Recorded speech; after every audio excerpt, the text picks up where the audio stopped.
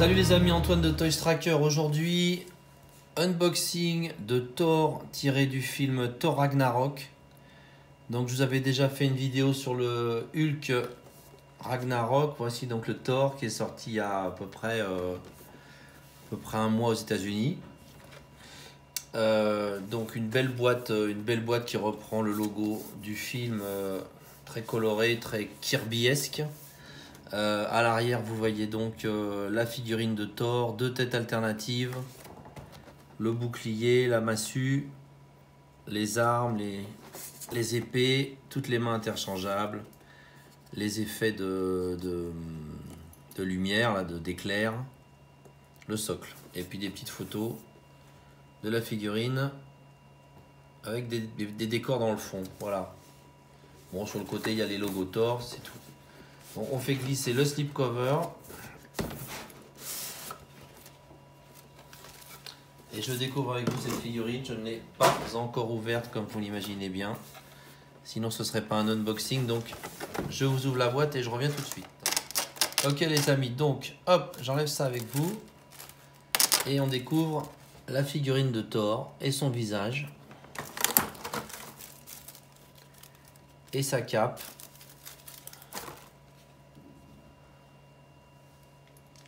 La cape, je sais pas comment elle se met, c'est un peu bizarre. Bon. On va enlever les petits plastiques de protection là pour que vous puissiez bien voir. Voilà Thor. Est-ce que j'ai raison d'avoir tort? C'est ça la vraie question.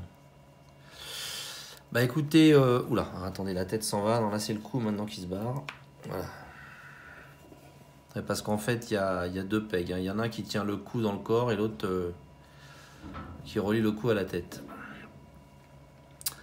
Écoutez, la première impression est plutôt pas mal parce que je vois beaucoup de textures différentes sur le corps, ça me plaît. Il y a du tissu, il y a du plastique souple, il y a du plastique plus dur au niveau des jambières.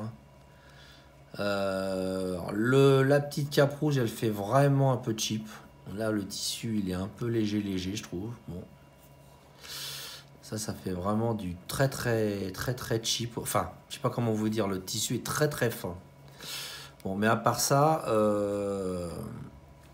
c'est plutôt pas mal parce que là, au niveau des jambes et je suppose sous l'armure, il y a une espèce de combinaison noire en tissu du plus bel effet. Hein. Là, il y a des petites broderies sur le côté qui remontent sur l'armure. On retrouve aussi les petits emblèmes ici sur ses protège-bras. Ici également. Les articulations, comme d'habitude, on a beaucoup d'articulations au coude, double articulation au coude. Le bras tourne complètement, ouais. Ici, qu'est-ce qu'on a? Ouais, là, ça va être la même chose, mais je pense que pour tourner le bras, on va être gêné par cette épaulière, donc on va la laisser. Épaulière, épaulette, je sais jamais comment on dit. Bon, vous m'avez compris. Donc là, on a ce protège tibia et genou qui est très beau, là, dans un beau bleu. Avec également ses inscriptions dessus. Là, c'est différent. Sur la jambe gauche, c'est traité différemment avec les lanières. Le pied pivote. Les genoux, bon, je peux pas voir parce qu'il y a le tissu, mais je sens qu'il y a une double articulation. Ouais, au niveau des articulations, je pense qu'on a de la qualité. Hein. On a de la qualité, comme souvent quand même avec Mezco. On peut faire pratiquement le grand écart. Est-ce qu'on a des abdos? Ah non, on n'a pas d'abdos.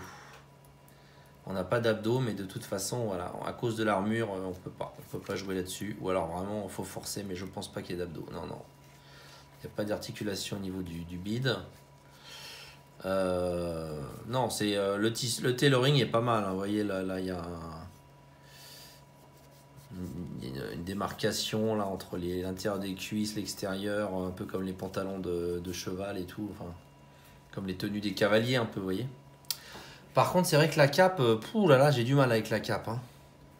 Au toucher, on dirait vraiment, je sais pas ce qu'on dirait, mais j'aime pas du tout ce tissu. Bon, enfin, c'est pas très grave. Je sais pas trop comment il se met dans le film, là. C'est comment il met ça. Bon. C'est le seul petit point noir, je trouve, c'est le tissu. Alors, le visage, il est pas mal, le visage. Hein. Bon, on n'est pas sur du Hot Toys, hein, mais il est pas mal quand même. Je suis peut-être un tout petit peu déçu aussi par la teinte de la peau, qui est peut-être un tout petit peu uniforme. Tout petit peu pâle, peut-être, je sais pas. J'ai l'impression qu'ils ont déjà fait un peu mieux que ça, Mezco. Mais bon, les cheveux sont pas mal rendus. Oh, c'est mignon, il y a les petites boucles là, ici, il y a la ceinture. Non, c'est pas mal du tout. Je vous dis, il y a vraiment que cette cape. Je me répète là, mais j'ai du mal. J'aurais voulu une étoffe quand même qui a un peu plus de gueule, quoi. Vous voyez, une étoffe un peu de, voilà, de gladiateur, quoi. Bon. Alors après, qu'est-ce qu'on a? Dans la boîte, on a une tête alternative qui a l'air vraiment bien. Enfin, qui a l'air vraiment bien, ouais, parce qu'elle est casquée, ouais. Voilà. Tête alternative. Avec donc un beau casque qui pivote en plus.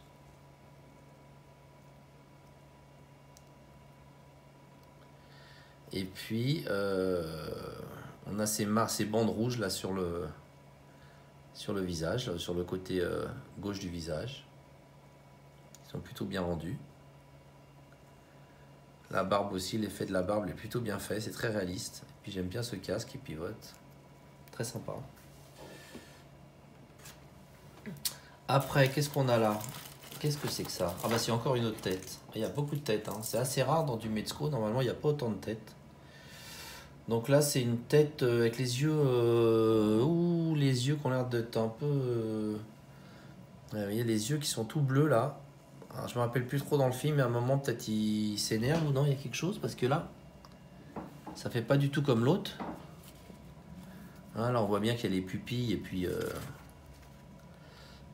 le bleu, blanc et le bleu, quoi. Mais là, dans celui-là, il n'y a que du bleu. Donc je me rappelle plus trop dans le film, mais à un moment, il doit un peu s'énerver et il a les yeux, je sais pas, qui sont tout bleus quand on voit un rayon. Je me rappelle plus. Honnêtement, là, si vous le savez, dites-le moi, mais enfin, toujours est-il que là, il n'y a plus de blanc dans les yeux, quoi. Il n'y a plus que du bleu. Pourquoi pas? C'est sûrement pas cette tête que j'utiliserai, mais... Après, qu'est-ce qu'on a de beau? Alors, on a le bouclier. Très belle pièce le bouclier parce que il a une forme originale. Bon, moi ça c'est pas Mezco qui l'a créé cette forme, hein.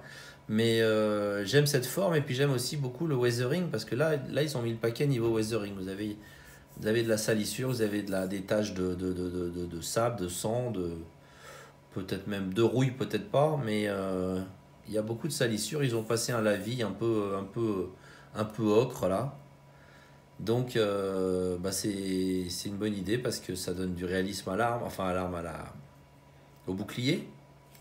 Et puis à l'intérieur, donc il y a les petites, je sais pas, je suppose qu'il doit passer sa main là-dedans pour attraper cette partie-là peut-être du bouclier. Il passe sa main à travers ces deux anneaux de plastique. Voilà. Voilà. Après, vous avez la massue.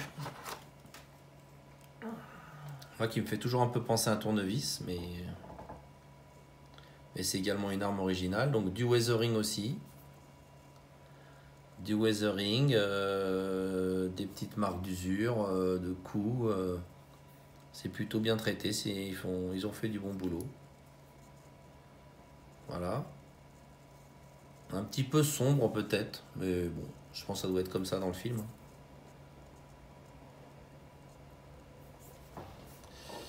Donc la massue, ça c'est les épées qui se mettent dans le dos. Donc je regarde si elles se détachent, mais non, elles se détachent pas. Bon, donc ça se met dans le dos.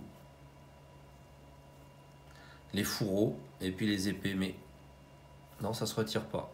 Ok. Est-ce qu'il y en a d'autres? Je sais pas, on va voir. En tout cas, ça c'est les fourreaux qui se mettent dans le dos, donc avec ce petit picot là, puis ça va là quoi. Donc là, il y a un trou dans le dos, hop, on met ça là, et ça y est. Et ça y est, ça rentre pas. Voilà, et ça y est, et ça rentre pas. Ouais, ouais, ça a pas l'air de super bien tenir.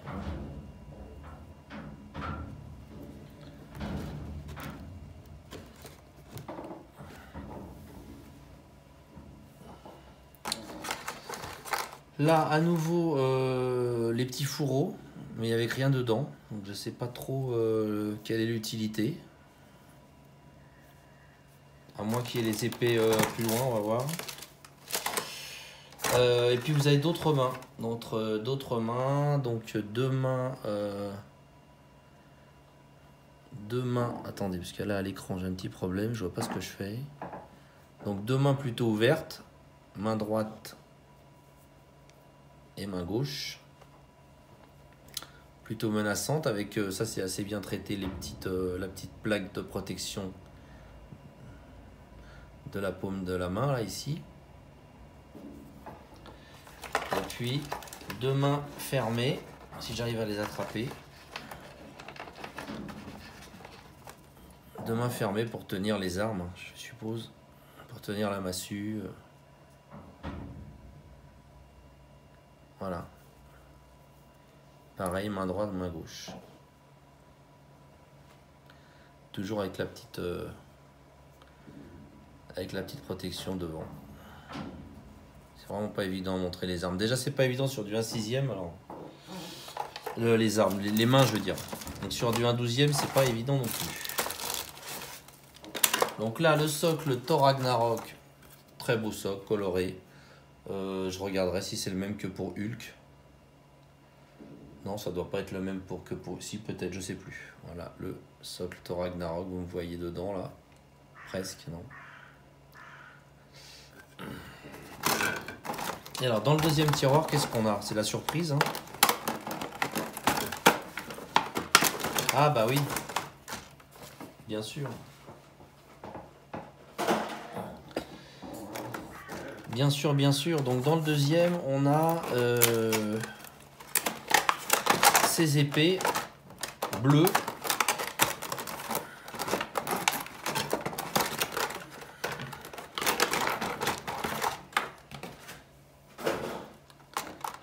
Deux épées comme ça. Oula, merde. Bon, bah celle-là, elle est pétée, il va falloir que je la recolle déjà. Ça commence bien. Faites très attention. Là, je l'ai cassé au niveau de la lame, là. Ça tient encore, mais ça va se détacher. C'est super fin. Super fin. Je mettrai un petit point de colle, donc... Mais sinon, c'est plutôt mignon. Il y a ça. Donc l'autre, je vais essayer de ne pas la péter quand même. Comme elle était un peu tordue, j'ai voulu la redresser, et puis voilà. Et donc là, vous avez l'autre arme. L'autre épée. Avec cette lame bleutée, enfin plus que bleutée, même carrément bleue, mais avec ces motifs dessus là assez modernes, assez géométriques, ça donne un aspect intéressant. Alors pourquoi ici c'est tout court? Ouais bah parce que comme on voit pas ce qu'il y a dans le dos, oui, c'est un peu bizarre. Alors je me rappelle plus. Donc est-ce que dans le film elle se déplie, c'est une sorte de rayon, je me rappelle plus. Mais sûrement parce que sinon ça n'aurait pas de sens. Hein. Donc c'est peut-être une sorte d'éclair la lame ou quelque chose comme ça. Mais là honnêtement je me rappelle plus. Et donc vous avez également un effet comme ça éclair. Allez, on tourne un petit peu. Voilà notre Thor avec donc sa masse. Non, sa massue plutôt on dit, hein. Une massue. Les fourreaux des épées dans le dos. Et puis le bouclier. Je recule un petit peu. Voilà, bah écoutez, il est plutôt pas mal. Il est plutôt pas mal. Bon, j'ai du mal, comme je vous l'ai dit, un peu avec la cape. Ça tient pas très bien non plus. Ça. La cape fait vraiment cheap, mais bon, c'est pas très grave. Je sais pas pourquoi, mais ça m'énerve. C'est vraiment un bout de tissu à 2 balles. Mais sinon, sinon c'est une figurine qui est quand même plutôt bien travaillée, hein, avec beaucoup de textures, beaucoup de différences de matériaux utilisés. Donc, et puis du plastique souple, du plastique dur. du tissu, plusieurs types de tissus, et puis beaucoup d'accessoires, hein, puisqu'on a le bouclier, la massue, les deux épées bleues là. Et puis il y a ces effets. Alors j'ai regardé l'effet éclair, il peut se mettre aussi tout simplement sur le point. Ça se met pas forcément sur une arme. Bon, c'est une figurine qui est vendue quand même avec 3 têtes, ce qui est assez rare. Même si on a une que je trouve pas très intéressante avec les yeux tout bleus. Mais bon, ça doit correspondre à quelque chose dans le film. Honnêtement, je l'ai vu il y a un moment, je me rappelle plus. J'ai dû m'endormir un petit peu, vous savez, c'est l'âge. Bon, enfin, toujours est-il que je suis plutôt content de cette figurine de Thor. En plus, j'ai très peu de figurines de Thor, que ce soit en 1K, enfin en 1/6 ou en... Je crois même, je n'ai pas honte de vous le dire, je crois même que c'est ma première figurine de Thor. Oui, ma première figurine de Thor, puisque je ne l'ai pas en 1/6. Alors, je vais vous faire une petite pause à côté de Hulk.